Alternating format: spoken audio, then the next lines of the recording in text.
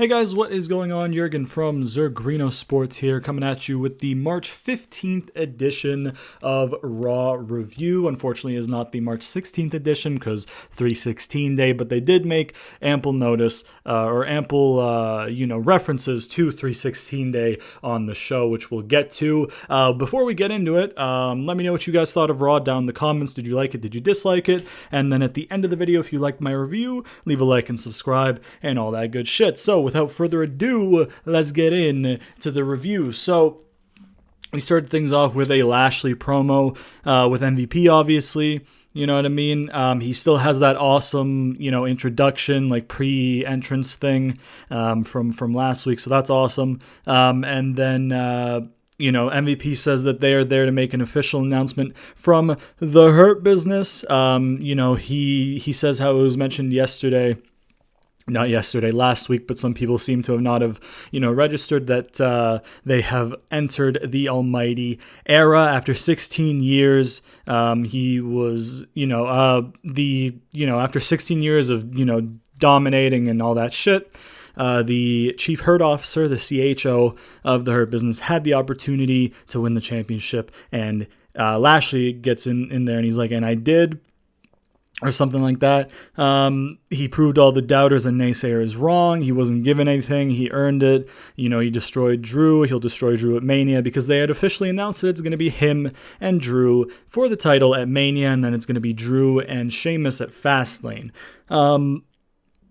At the end of the promo, I guess I'll touch on that just because I have a slight problem with it. I get in essence why they're doing it like that, because we're close to Mania, so you kind of need to build the hype for Mania, because if any international fans are going to go, tickets are on sale soon. They were supposed to be on sale this week, but they announced during the show that they postponed it.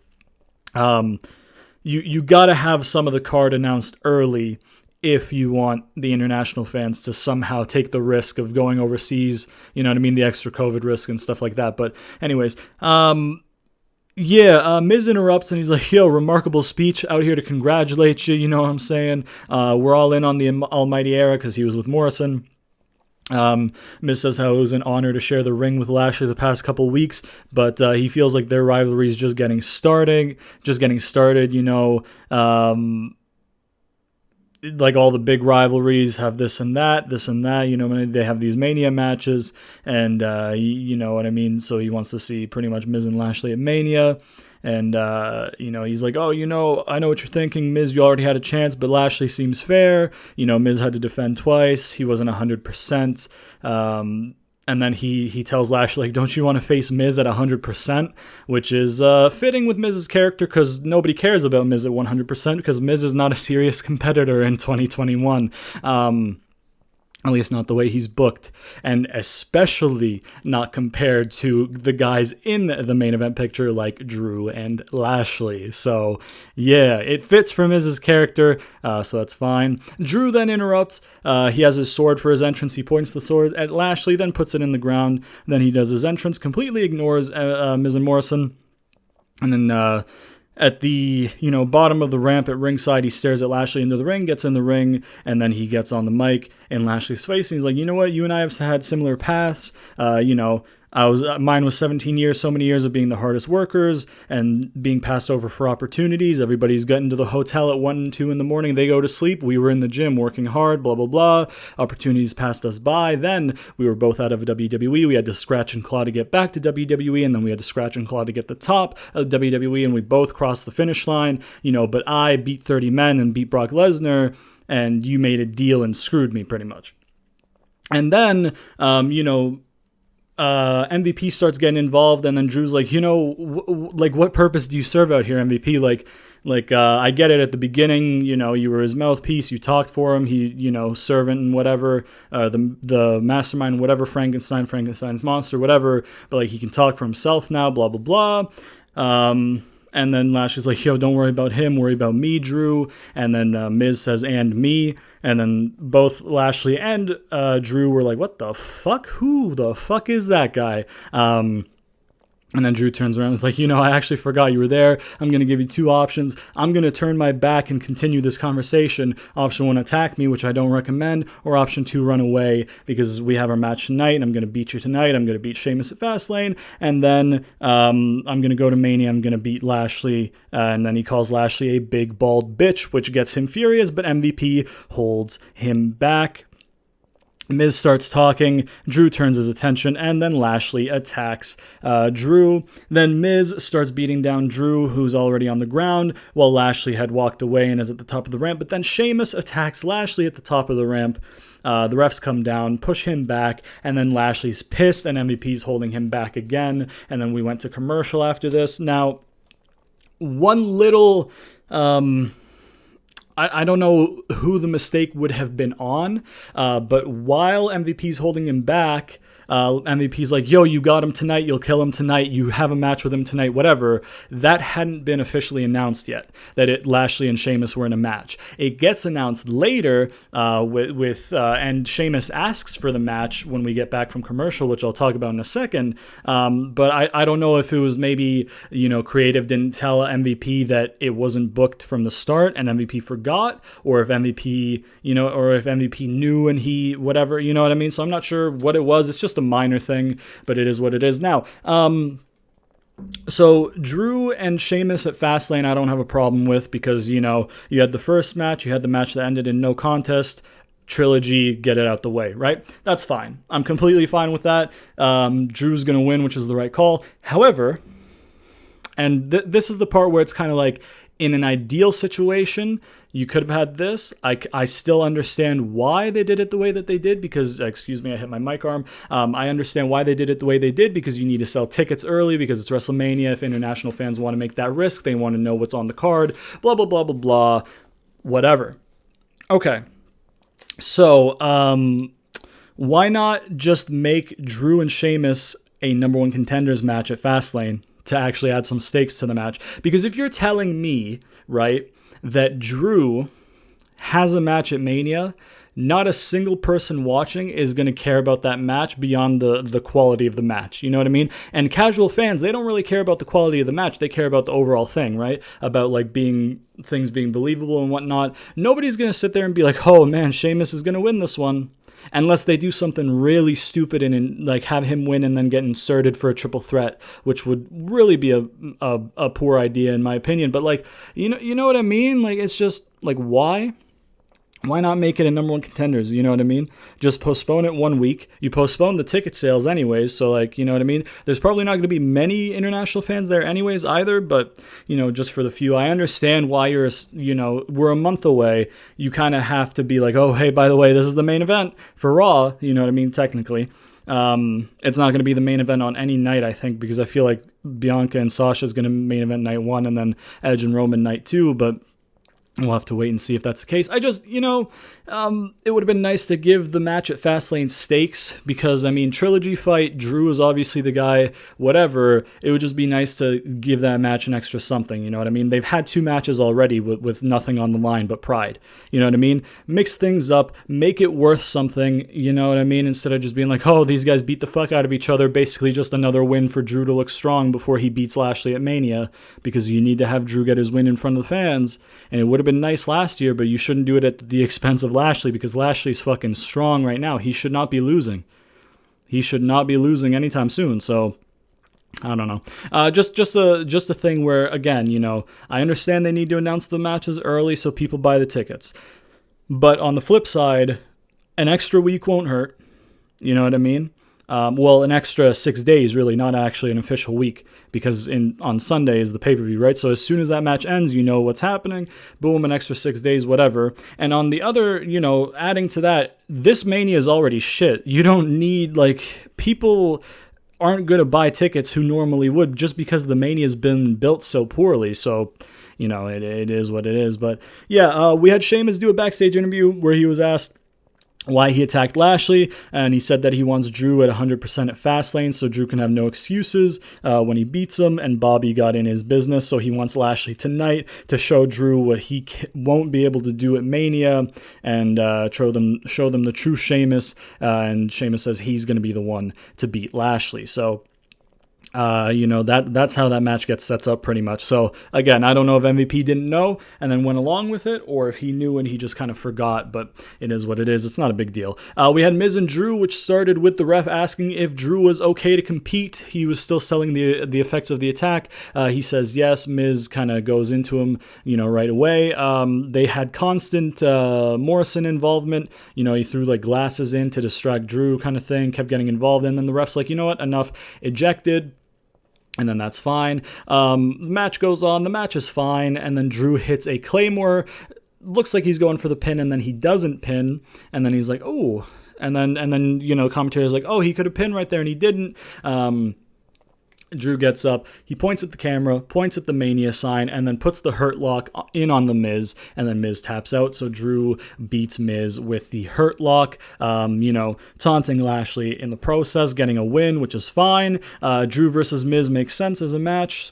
So, yeah, no real, problems with that match right there. The right winner. The match quality was fine. They had a quick little thing with Bad Bunny where they're like, yo, he won something at the Grammys, dog, and he's all over the world. He's a major star, which is true. And then they had him quickly walking backstage with Priest with no audio. Well, some audio, but it wasn't a promo or anything. It was just like a B-roll kind of stuff, I guess. Then we had Braun coming back from commercial. They showed him walking to the ring before the commercial, and then coming back from the commercial, he demanded Shane to come out and talk to him. You know what I mean?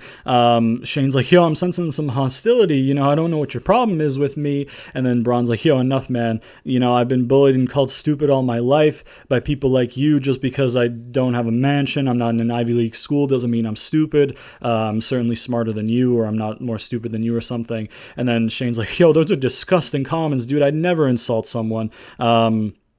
And then Braun said something about how, Shane wanted to say something to Braun when he apologized, but he didn't because he got scared. So he should say what he wanted to say.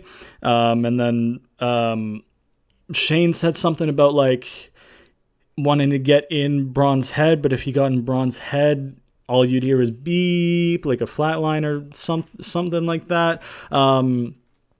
And then Braun gets upset again. He's like, you know what? Whatever. I know you wanted to come out and ask me for a match, but you didn't have the balls, so I'm going to ask you for a match tonight. Something like that. And then Shane's like, gets mad, and he's like, you couldn't handle me. Now I know you're stupid. You're this and that, tropes and whatever. Stupid is as stupid does. All that garbage from last week. And he says, and then, Braun's like, enough. Are you going to accept my challenge? And then Shane's like, all right, tonight you're on. I think they had a worse promo than last week, and I didn't think that was possible. This is the worst feud for some time that I've seen in the company. This is not good. It's not helping Braun at all. You know what I mean? It's really not helping Braun by any means. So yeah. Not great, but we have a match with them later on tonight, which we'll get to. Then we had Mandy, Dana, Lana, and Naomi backstage. Then Truth appears, and he's doing all this hell yeah, 316, blah, blah, blah, dressed in a bunch of fucking Stone Cold stuff, Stone Cold lunchbox. He's got the beers, he's got fucking a Stone Cold title, all that shit. Stone Cold's shirt, I think, and stuff. And one of I think it was Dana, who said, today's 315, not 316. 316's tomorrow. And then obviously Truth did the what kind of thing. And then he offers them a drink, and they're like, yo, we can't drink, Truth. We got a match next. And then he's like, okay, whatever, and then goes away. So quick little throwaway segment with Truth for the 316 meme. Then when we came back from commercial, I think we had Mandy and Dana versus Lana and Naomi in a tag team match. Before the commercial, they had Nia and Shayna make their make their entrance, and then they were on commentary for the match. So The match was okay, you know what I mean? It was decent for the time that they were given. There was a weird spot in the match where Asuka's music played. She came out. Shayna was on commentary. She's like, "Yo, I'm gonna go deal with this." And then like she ran up to Asuka, and Asuka was like, "No, you're not getting the upper hand on me." Beat her up again. Then beat her up a bit. Then the agents came out, got Asuka away while they tended to.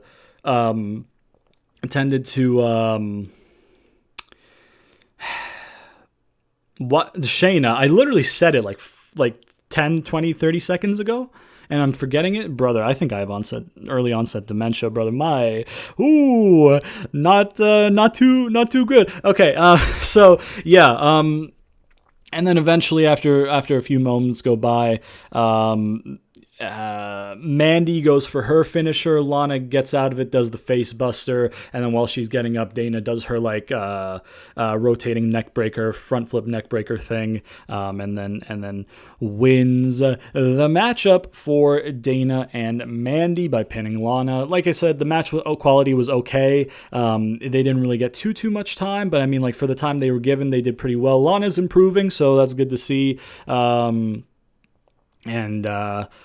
Yeah, I didn't like Asuka coming out during the match because Asuka's a face, right? Or at least for now. I mean, we'll get to a little something later, which I don't know if they'll do, but whatever. It's just I don't like Asuka coming out during another tag team match to be like, "Oh, Shayna's on commentary. I'ma fuck you up, dog." Like, what?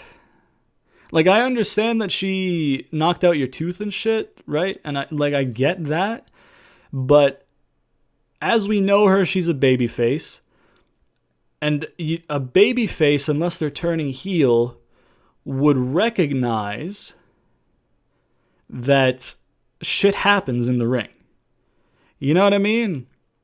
Unless it's a babyface who gets intentionally hurt by a heel and stuff like that. And then they come back and they're like, "Yo, I'm gonna get revenge," but whatever. So yeah, I didn't like the mid-match shit. Just say like because they had already announced earlier in the night that it was gonna be Asuka and Shayna later. So you didn't need all this extra bullshit. You could have just had a simple tag team match with. I mean, it was a clean finish anyways, but still, you know what I mean? Like, you didn't need all this extra bullshit. It is like it was. Excuse me. It was unnecessary for me. Then we had a segment with Kofi and Woods backstage. Riddle comes up. He's like, "Yo, I'm going to wish you luck for your tag match tonight, blah, blah, blah." They wish him luck for his U.S. title match. He says, "Yo, we should get matching tattoos and pancakes." They're like, "I don't know about tattoos, but the pancakes sound good." And he's like, "All right, how about matching stallions regarding to a scooter, blah, blah, blah." Kofi and Woods go out for their match. We go to commercial. We come back. We have the Hurt Business versus the New Day for the tag team titles. New Day got their Mortal Kombat stuff up again, and while they were doing the introductions, the championship introductions and shit like that, they did like a Mortal Kombat pose, which was kind of cool. The match was great. The match was fantastic. They had a good match. They had decent time. They had a lot of cool spots and shit like that. Here's my problem. New Day won the tag titles. Shelton took the pin, which, again, my bias aside with having Shelton be one of my favorites of all time and one of the most like underutilized guys, I think ever. You know, maybe not ever just because his promos weren't that great, but I mean, like, he should have had at least like a short main event run, in my opinion, at the very least. If you know what I mean. But anyways, with my personal bias aside, with loving Shelton, if the Hurt Business as a tag team are going to lose, it should probably be Shelton taking the pin instead of Cedric, because Cedric is the up-and-comer. He's the guy with like a lot of years left in the business. You know, I said Cedric, right? Shelton is, you know, he's been in the business for a while. He's the older of the two. If you want Cedric to go like fucking crazy and turn on the Hurt Business like they were teasing all those months ago, and then Shelton losing can play into that. So logically, yes, Shelton taking the pin out of the two is, I guess, the right call, my bias aside, as much as it hurts me to say. However, them losing the titles is not the right call, and I understand why they did it, because they're going to be transitional champions, because AJ comes out with Omos. He cuts a promo. He's like, "Yo, here's congratulations on another tag title victory," which is 11. AJ, says he's done, he's been WWE champion, Intercontinental champion, cruiserweight, US champion, this and that, blah, blah, blah. And his bucket list is getting short, but almost had a great idea, which was the Raw Tag Team Championships. So they're challenging the New Day for the titles at Mania. And then Kofi and Woods accept after all this talk about, are you even registered as a tag team? You know for a goddamn fact you don't have to be registered as shit in WWE, bro. They don't know what the fuck they're doing. They just throw people out there. You know what I mean? They literally asked them if they were registered as a tag team when fucking Adam Pearce and Braun had a tag title match a couple weeks ago. Like, what? Okay, I get it. You want AJ and Omos to win the tag titles. It gives Omos an easy way to get in the ring for his in-ring debut as Omos. I don't know if he wrestled under whatever his last gimmick would have been, but under the Omos gimmick, whatever, right? It's an easy way. He's got AJ there to chauffeur him and to carry him along the match. Kofi and Woods are very talented, whatever. So yeah, I understand that New Day is going to be the transitional champions. You're going to put the titles on Omos in his debut. You're going to give AJ a Grand Slam because I think he's a tag title away from a Grand Slam. I get it. Right? I get it. I get that's what you're doing. Here's what you could have done instead, right? You could have just had AJ and Omos go heel versus heel because, you're doing heel versus heel all the time now. Who gives a fuck? It's a tag team match at Mania, right? I saw people on Twitter saying they had New Day beat Hurt Business because they don't want Hurt Business jobbing to Omos. Okay, but the people who beat them are going to job to Omos. It's the same effect, really. They still lost the titles. Well, what do you mean?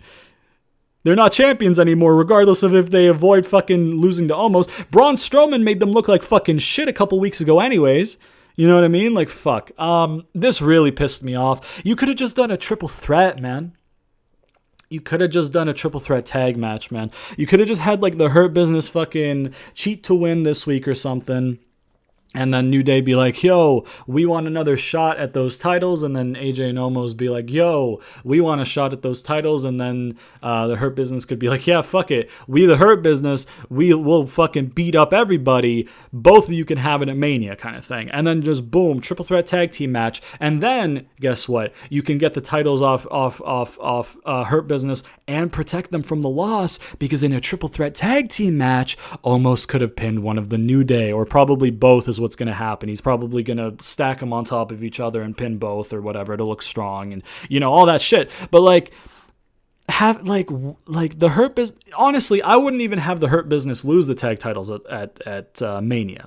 I wouldn't have had them regardless. You know what I mean? They should hold them until another actual team is built up. But just, oh man, just fuck, man. And I get it, man. You want the face versus the heel, and you got the New Day being the transitional champion, and yeah, I get it. Just do a triple threat, man. Just do a fucking triple threat. And then protect Hurt Business by not getting pinned for the titles. You know what I mean? And also what you could do even then, if you wanted to, just so you get the titles on Omos and AJ, and then you can give AJ the Grand Slam and give Omos a strong thing, you could have fucking some sort of thing where Hurt Business are like, hey, you didn't pin us, but you won the titles. We want another shot because you didn't beat us. You're not the rightful champions, blah, blah, blah. And then you could have Omos getting really cocky, and then AJ being like, yo, calm down, big man. We won the match together. And Omos being like, bro, I pinned 2 guys. You didn't help me do shit, right? And then you could have AJ kind of while Omos is in position to defend the titles against Hurt Business, you could have AJ tag in and just be like, Omos, I got this. And then get kind of fucked up and then have Omos just turn or whatever. And then you could have the titles go right back to the Hurt Business where they belong. It's just, you didn't have to give the New Day a fucking 11th tag title reign, okay? I love the New Day. It's not 2016. It's the same criticism I have for Miz. It's not 2016. New Day are fantastic. They're amazing in the ring as a tag team. Kofi's amazing singles. Woods is good singles too. from what I remember in TNA when he was Consequences Creed, like he's decent in the ring and singles and stuff. They're a great tag team. They're entertaining. Their promos are fun. Everything like that. I get it, but it's oversaturation. They're an 11-time tag team champion. They debuted in 2015. In 6 years, they've won 11 titles. And one of those is a record-breaking long reign of like over a year. Like, brother. So you take away that 1 year out of the 6 years, right? Which we're just getting to 6 years. I think they formed middle or end of 2015, but whatever. Let's say 6 years, right? You take 1 year away because that whole 1 year was a title reign. That means in 5 years, you've given them 10 title runs. They've won the titles 2 times a year on average. You have other teams, man. You're not building them, but you have other teams. Like, and you can make other teams. And if you didn't break up teams for no fucking reason, you know what I mean? If you're going to break up a team because you see the potential in somebody to put them as a single star or whatever, that's fine. But WWE, what they do is, hey, we're going to break up this team. And then, hey, guess what? We broke you up from the tag team that was working 6 months ago. Okay, you're a team now. Like, I don't know. This pissed me off. This is the wrong call. I fucking hate this, okay? And that's not because I dislike the New Day. I love the New Day, but oversaturation, blah, blah, blah, blah, blah. The Hurt Business, even without the oversaturation thing, even if New Day were fresh, you know what I mean? The Hurt Business is like the best thing on Raw. Why are you taking the tag titles away? Clean, too. Clean. No, like, Cedric, like, oh, man, you know, Prime Alexander ruined it for the Her Business, so you can, like, spin off for a fucking, you know, like, clean. Come on, man. Come on. Also, just quickly on the Hurt Business, I really don't like how they've kind of separated the Hurt Business unofficially since the title stuff with Lashley. You know what I mean? Since the title stuff with Lashley, MVP has not been on commentary for the Hurt Business tag matches anymore, which he used to be. They haven't been featured together on television ever since the Lumberjack match, yes. But at the end, even though they should have been out there to help Lashley anyways, and then the episode that Lashley showed up with the title, they were backstage with him, right?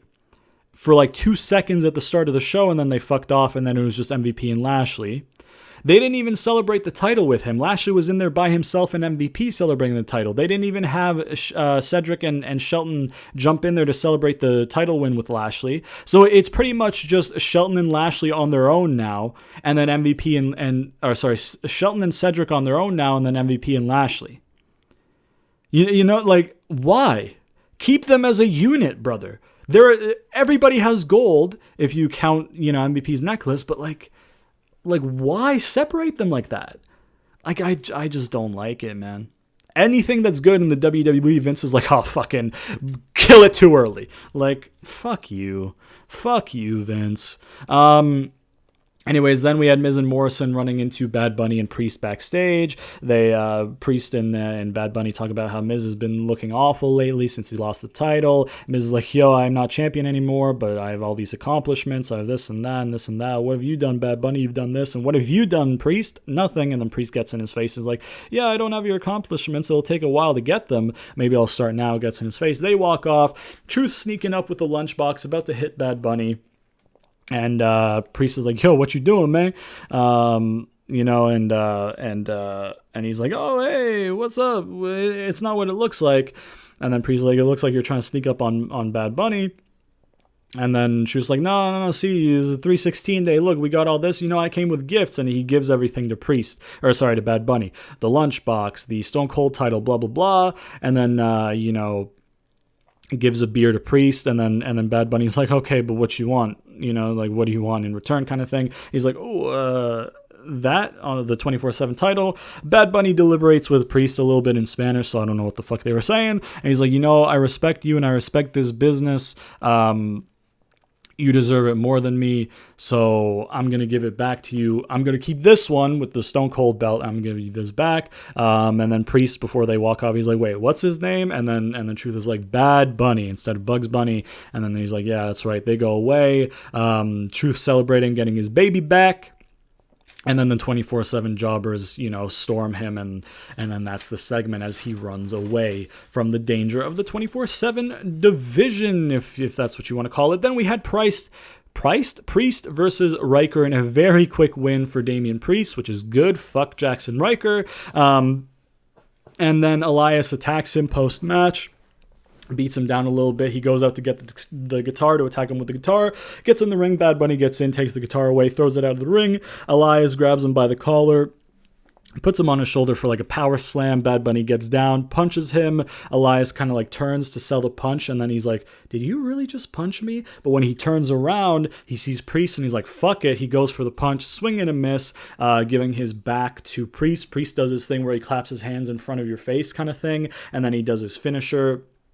And then that's there. And then Morrison comes down like, hey, yeah, good shit, brother, good shit. And they're like, what are you doing? They're looking up the ramp to him. And then the camera shows, it was delayed. It actually kind of missed it. It showed Bad Bunny selling getting hit by a guitar. It didn't actually show Bad Bunny getting hit with the guitar. But Miz hits Bad Bunny in the back with a guitar. And then he kind of looks at him. Priest looks at Miz. Miz gets out of the ring. Priest goes to chase Miz. And he's like, wait, I'm going to check on Bad Bunny. And then Morrison's gloating after Miz had ran away into the crowd, quote unquote. And then Priest says something that gets picked up by the ringside cameras. It says, you started something that we're going to finish. So I like that as a little like ad lib, I guess, from Priest. So yeah, man. Obviously, they're going to do that tag match at Mania. That's going to be huge for WWE because Bad Bunny is a huge international star, especially within the Latin American communities, obviously, because his English is in Spanish. What the fuck am I talking about? His music is in Spanish. There we go. Jesus. We had an MVP and Lashley interview where the interviewer starts to ask Lashley something, but MVP cuts in. Then he pretty much talks down Sheamus. How dare Sheamus this and that? Blah, blah, blah. Sheamus wants Drew to be 100% at Fastlane, but Sheamus won't be 100% at Fastlane. What happens to Sheamus will happen at Mania, guaranteed, or something like that to Drew. He says guarantee for sure because Drew, whatever, talks about it later. Then we had Shane versus Braun, which was scheduled but didn't happen because Shane leaves the ring before Braun gets in and gets the mic. He's like, hold up, this is a special occasion. I don't do this every week. I need a minute to warm up. He does some like shit on the stairs. He does some push-ups. He does some jumping jacks. And he goes over to the side of the ring. He's like, yo, you said you were bullied in school, so I got this set up. It's a hopscotch. It'll help me warm up and help you learn how to count. This is when Braun's like, fuck it, I'm going to get out of the ring and chase you. They go around. Shane gets kind of in the ring to trick him. It's pretty much cat and mouse until Shane gets in the ring and Braun gets in the ring and Braun kind of catches Shane, but both of them aren't fully in the ring. They've got like their upper body in the ring and then their lower body's kind of like hanging out of the ring under the rope. Braun drags him out, so the match hasn't started yet. Braun starts beating him up ringside a little bit, and then while Shane is selling near the announce table, Braun's like, oh yeah, this is good, and then he goes for the Strowman Express, I think the commentary called it. I don't know if that's the official name. I don't know if that's a unofficial name of the move. I don't really care. The thing where he runs around the ring and then shoulder barges you, pretty much. He goes for that. He runs around the whole ring. However, there's a cameraman beside Shane. Shane grabs the camera from the cameraman and smacks Braun in the head with the camera while he is going for the Strowman Express. Beats the fuck out of Braun with the camera for a little bit, uncovers the table, a couple more shots to the face with the camera, and the last shot, to the face with the camera by Shane to Braun has Braun set up on the table. Shane gets into the ring, does his elbow drop from the top rope to the announce table spot. And then, calls him stupid a bunch, and then covers him in 2 buckets of green slime. And that's the segment. I would just like to remind you that Andrade has not been featured on the show and has requested his release because he's not been utilized. Ricochet's backstage, which, promos aside and him being an idiot about the pandemic aside, great wrestler. You know what I mean? Keith Lee, I don't know if he's legitimately injured. I don't know what's going on with him, but I mean, like, he hasn't been on the show in a while. He wasn't this week. Drew Gulak is back there. Akira Tozawa is back there. You've got Garza is back there. You've got so many underutilized talents, and you used the time on the show that this took to have a fucking 100-year-old fucking executive for the company make your fucking biggest guy besides Omos look weak? You know what I mean? If Shane had paid a big guy to fuck with Braun instead, fine. That makes sense. But a fucking 500-year-old executive of the company, right? Granted, he is the greatest wrestler in the world, you know what I mean? Fucking Saudi Arabia trophy, that counts, right? But, like, the guy, I don't know his actual age, okay? I think he's 40s or 50s, right? I think he's 50s, right? The guy is breathing so hard. He breathes like he just finished a fucking triathlon after he takes 2 steps down the ramp, okay? That's how old and out of shape he is, right? Whatever. Granted, I'm not one to call people out of shape because I'm a fat ass, but still. You have this fucking, I'm going to say 50-year-old man, right? Making a guy whose nickname is the Monster Among Men, Braun Strowman, right? The guy who was beating Roman Reigns in ambulance matches, who was flipping over trucks, who was bringing down stages and all that shit with like harpoons and shit like that.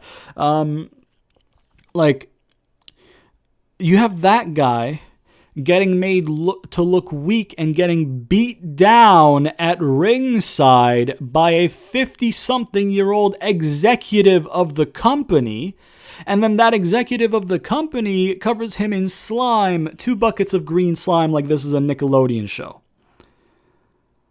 Brother, why? You could have done something better than this, man. Like, the feud itself stinks. It's probably a way to get Dabba-Kato involved because they announced later in the show that Braun versus Shane has been officially announced for Fastlane, so they're probably going to have Dabba-Kato get involved then and then have Dabba-Kato and Braun at Mania, which is a bit better because Dabba-Kato is an actual wrestler. But, like, Jesus Christ, man, why?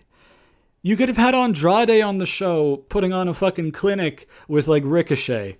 If you gave Ricochet and Andrade just an exhibition match, no story, anything going into it, the same amount of time you gave the combination of the promos between Braun and Shane, and the quote-unquote match between Shane and Braun, if you gave that combined time to Andrade and Ricochet in an exhibition match, nothing on the line, brother, they would have fucking stole the show.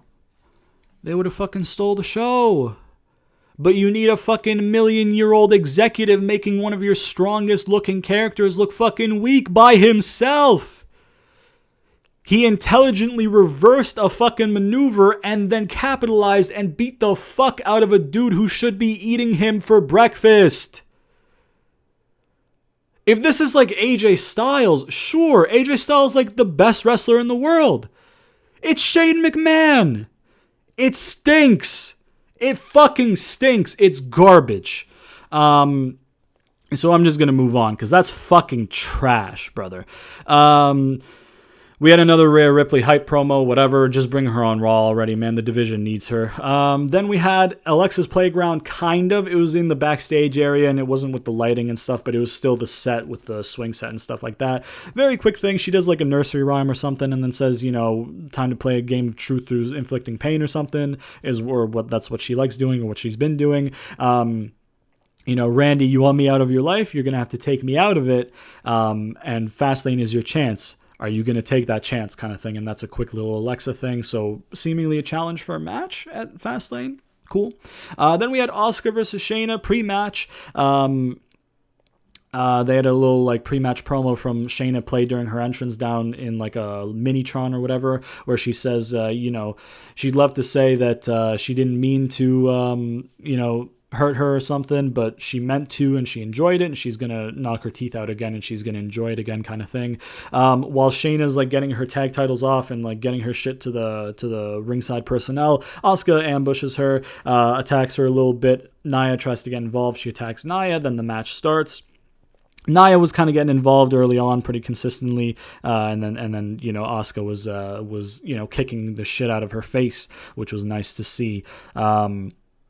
And then we had no Reggie, by the way, this week, but Nia did talk about Reggie on commentary in the earlier match. By the way, before I forget, because I wanted to talk about it in the last women's segment, but I forgot, and now before I forget, Peyton was not on the show this week. Charlotte wasn't either, so thank fuck Charlotte wasn't there. But Peyton cut a fantastic, impassioned promo last week on Raw Talk that had a lot of people on social media being like, yo, this person's passionate, they have potential, they're good, let them get some fucking opportunities, not even a mention. They didn't even be like, yo, you know, this division, it's heating up. Like, look at this little snippet from Peyton Royce. She's somebody to, you know, be worried about in this division. She's got that fire in her if she gets that opportunity. Asuka's got to watch her back. She's the title. You know what I mean? Like, you could have just done that. You could have had commentary put that over and be like, yo, potential threat to Asuka, Peyton Royce, and then build from there. You didn't have to have her on the show. You could have just had that, but no. You couldn't have had her win a match against literally anybody. You had a tag team match, right, which served no purpose really, when you could have had fucking Peyton beat any four of those people, you know, preferably Lana, because she's the one who's kind of got the least upside of Mandy, Dana, Lana, and Naomi, but it's whatever. You could have had Peyton beat somebody. You know what I mean? You could have given the Braun and Shane time to Peyton and somebody. You know what I mean? Have Peyton cut a promo on Raw, so people who watch Raw see what she said on Raw Talk, and they're like, oh shit, she's good. She has potential. Give her a chance, you know what I mean? Have a chance to cut her promo again. Nope. Didn't do that. Didn't do shit. She cut an impassioned, brilliant promo. Has a lot of fan support. And they're like, ha, ha, Charlotte. Except, granted, Charlotte wasn't on the show this week. Once again, thank fuck Charlotte wasn't on the show this week. Don't need her on the show. If she wants to go take a 6-month break again, please, by all means, just fuck off. But anyways, I'm really pissed off that they didn't even capitalize on the Peyton shit from last week, because that promo was good, man, and she's good. You know what I mean? Just fuck. But anyways, going back to the Asuka and Shayna match. The match ends when Asuka reverses the curfew clutch into a pinfall, pinning Shayna 1, 2, 3, but Shayna holds in the clutch and makes Asuka pass out, and then she goes for the tooth-breaking kick. Asuka ate a fucking, hard knee when she was tied up in the ropes as well. And Shayna kind of looked nervous about it too. Like, Shayna hit it, and like, just her body language and the way she looked at Asuka was like, fuck, did I hurt her again? Kind of thing. That's the vibe I got. I don't know if that's, what was going through her head, but still, it doesn't really matter. It was a fucking rough knee though. So like, credit to Asuka for being tough as fuck. Shayna goes for the knocking out of the tooth, the same kick that caused the concussion and all that shit and the tooth shit from a couple weeks ago that this match was based on. Asuka caught it, and then she kind of got her in like a leg trap German supla baby, and then she kicked her in the face a bunch of times with, like, she was holding her head and she was kicking up into her face, and then she brought her over to the turnbuckle, held both her hands behind her back, and then kicked the back of her head to get her face into the turnbuckle. I think that's, you could constitute that as a curb stomp, but I didn't want to say curb stomp because I didn't want it to be like Seth Rollins curb stomp. I mean like a legitimate curb stomp kind of thing, kind of like what Brian does when he stomps on your face, but just turn the body over and just stomp it once. And then she took the turnbuckle off of the pad, like the pad off of the turnbuckle, and then she put Shayna's like mouth on it, so her teeth were on the metal, and then she was like pushing her face into it, and then she went for the curb stomp again to the exposed turnbuckle, to which the ref stops Shayna's momentum and then gets in Asuka's face. He's like, "What are you doing? Like, don't you know what you're gonna do to her?" And then Asuka's just fucking, boom. So, I really, really like, I'll go on to say I love aggressive Asuka, because Asuka is somebody who should be kicking everybody's ass, right? And that's what she did this week. You know what I mean? Granted, Shayna should maybe one day get the win over her, because Shayna should be a women's champion Should have been a year ago, but, Vinnie Mac. But, one day she should get that title. Whether or not she will while Vinnie Mac is still making decisions, we don't know, but it should happen because she's fantastic. But anyways, Asuka has been treated so poorly as champion, and maybe aggressive Asuka, maybe a heel Asuka could do really good for her, because she could just because what you could do now is do Asuka and Charlotte versus Shayna and Nia at some point, maybe maybe next week or something, and then have Asuka turn on Charlotte in the middle of the match and go heel on Charlotte. Granted, face Charlotte stinks, and I don't want Charlotte and Asuka at Mania just because I don't want Charlotte at Mania. But that's clearly what they're going to do unless they get Rhea Ripley involved. But you know what I mean? Clearly that's what they're trying to do. Charlotte and Asuka. So why not kind of swerve the expectations, give us heel Asuka, and then have Asuka get her win back that she should have won at Mania 33 when she lost. I think it was 33.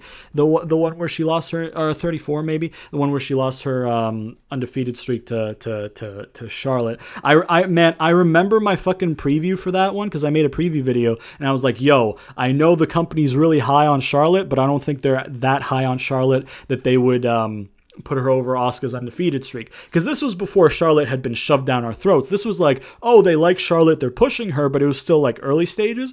And then the rest is history. Charlotte got shoved down our throats, and now I pretty much vomit every time I think of her being a women's champion, because I don't want that ever again, at least not for 5 years. So, but it's going to happen at Mania, baby, because Vinnie Mac. But anyways, yeah, I like the match. Asuka winning for sure. She shouldn't lose a non-title match. The match quality was good. It was kind of short, but still, aggressive Asuka I like. Heel turn for Asuka I would really like, because if we can get Japan Asuka when she would paint her face with red and look like she was bleeding and look like she was some fucking ghost coming from the afterlife to fucking rip you in half, give me some of that Asuka. I never watched that Asuka. Obviously, she was Kana then, but I didn't watch that Asuka. But I've seen the images. She looks terrifying. Give me that. Give me that Asuka at Mania. Fucking scare the shit out of me and beat the shit out of Charlotte, brother, please. Then we had a quick little thing backstage of Ali kind of speaking to Retribution about how they always let him down. He's going to show them how it's done, blah, blah, blah. Riddle drives by on his scooter in between them.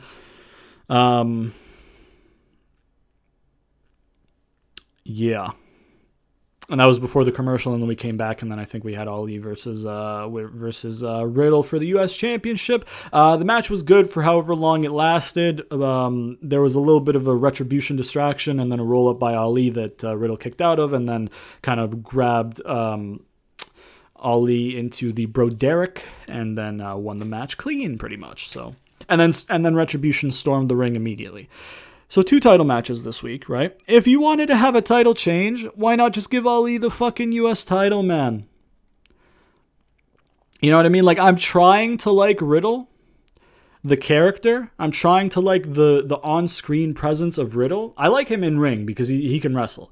But I'm trying to like the on-screen presence of Riddle. And it was kind of good at the beginning. It was kind of oh, okay, that's kind of funny. That's a chuckle. And then now it's just brother, why? You know what I mean? That's the man who got the title off of Lashley. Granted, he didn't beat Lashley, but still, you know what I mean? If you look at the title's lineage, you have Murderer Lashley, and then, you want to go get high, Matt Riddle. You want to go ride my scooter, Matt Riddle. Granted, Retribution's been booked like shit, so Ali doesn't have the right booking to warrant a title win. You know what I mean? He hasn't been booked strong enough to have him win a title win, besides him getting a victory non-title over Riddle, but that shouldn't have probably happened because, you should probably try and keep your champions a little bit clean in singles competition. I don't know. But well, whatever. Yeah. Anyway, just if you wanted to change titles, man, keep them on the Hurt Business. Give Ali the U.S. title. Hopefully he wins it eventually. But still, because obviously they didn't want to do Kofi and Ali for the long term. They just wanted that as a filler thing. And then that could have been nice, man. Kofi putting Ali over in singles, that could have been nice. Ali taking his spot in the Chamber, that could have been nice. So many missed opportunities in that Chamber pay-per-view, man. God damn it. Anyways, we had a quick Randy backstage interview where he was asked what his reaction to Alexa Bliss was. He said, correct me if I'm wrong, but Alexa dared me to kick her out of my life, and that's exactly what I'm going to do. So he seemingly accepts Alexa Bliss's challenge for Fastlane. Then we had a Drew promo, and he's like, yo, you're probably wondering two things, right? It's nice to see this handsome Scottish guy out here, and Drew, you wrestled 2 hours ago. Why haven't you showered and gotten dressed? And he's like, yo, sticking to my Scottish heritage, bro. This is like the only outfit I own. I save a lot of money on underpants and t-shirts. And that's the part of Drew, of babyface Drew, that can get kind of corny, which I don't like. But we'll move past it. He says he's been watching the show. He saw MVP made some guarantees, which are dangerous in this business, because if you don't carry through on guarantees, the fans get mad, everybody gets whatever. But Drew's gonna put out a guarantee that at Fastlane you're gonna see a new level of physicality between him and Sheamus.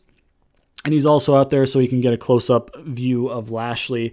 So he's going to be sat at ringside for Lashley versus Sheamus. Then we had Lashley make his entrance with his pre-entrance presentation again. Fantastic. Keep that every time he comes out.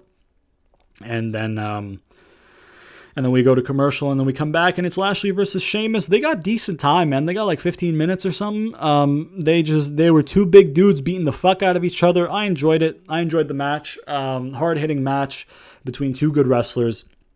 Drew was sat ringside. He wasn't at commentary. He had a chair sat right at ringside at the bottom of the ramp watching. A new meme probably was created because Lashley did some shit, and he's like, that's for you, Drew. And then Drew like just smiles and puts a thumbs up. He's like, yeah, good job, Lashley. Like, it's kind of funny, but yeah, man.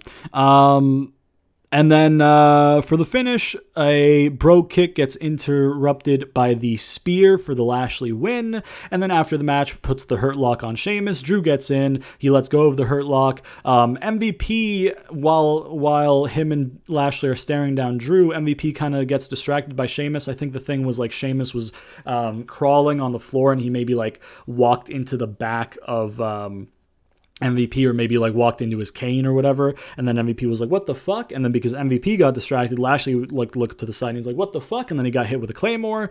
And then, you know, Drew talks shit down to Lashley, who's selling the claymore on the outside. Sheamus is getting back to his feet, and then Drew and Sheamus have a bit of a standoff with Sheamus using the ropes to help him stand up. And then we go off the air, bruh.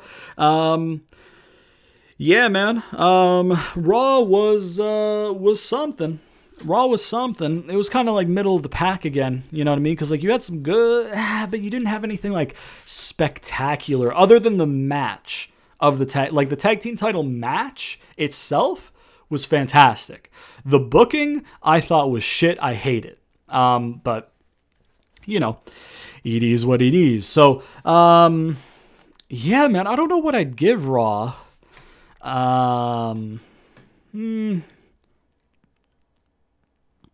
Like it's not even like maybe like a 5 or like a 6, maybe like a 5 or a 6 out of 10 Raw. Like it wasn't great at all. You know what I mean? That match was great. And like they had like okay matches to solid matches. There were no like stinkers. I mean, the Priest and Riker match was too short to really be like, oh, great match, shit match. You know what I mean? It was like a minute or something or less. Like it was very short. You know what I mean? Some stuff made sense. Some stuff didn't make sense. Like I said, I would have liked Fastlane to be a number one contendership between Sheamus and Drew. I like that they're trying to kind of protect Sheamus in the loss against Lashley because, like, obviously he loses to Lashley clean. And I don't mean like in that sense of the way, but Lashley has been winning with the Hurt Lock for who knows how long. He pinned Sheamus, right? He put the Hurt Lock in after to get heat. That's fine. But he pinned Sheamus. So they obviously want to protect Sheamus to some degree to the point that they don't want him tapping out in loss, right? Which I guess means like maybe Sheamus is going to go into the U.S. title thing. Maybe, you know, he loses to Drew Unless, again, they do a horrible thing and they have him win against Drew and then, oh shit, triple threat at Mania, right? Granted, a triple threat at Mania protects Lashley because then Drew can beat Sheamus, win the title in front of the fans, and then Lashley can be like, hey, you bitch, you called me a big bald bitch, and you're talking about not earning the title. You didn't beat me, bitch. You didn't beat me, the champion. You didn't earn that shit. I want my rematch. I want my shot at that, and then he can decimate Drew at whatever the post-Mania pay-per-view is, and then Drew can move on to... I don't want to say Drew move on to the U.S. title, because I think that's kind of below him right now. Unless they want to elevate the U.S. title, then you could have Drew kind of go that route. But maybe have Drew do kind of more like storyline based stuff where it's like, hey, I have a personal issue with you, personal storyline for a few months, blah, blah, blah, until you get to the draft. And then you can put Drew over to SmackDown and then do something with Drew there, right? But granted, that's long-term thinking and WWE don't do that shit. So, but yeah, it's just, I don't know, man. I'll say like a 5.5 at it. I'll just go in between 5 and 6. I'll say like a 5, but then like, I don't know. Yeah, 5.5 Raw for me. Not that great. Once again, the tag team title match, the match itself, fantastic. I mean, Hurt Business and New Day, great tag teams. Once again, the finish, trash. Braun and Shane stuff, trash. Riddle retaining isn't trash, but it's not good. It's just whatever. Bobby and I was going to say Bobby and Lashley, and I stopped myself 3 times, but I couldn't get Sheamus's name into my head, so now I'm talking like this so I could stop saying Bobby and Bobby and Bobby and Bobby and a million times.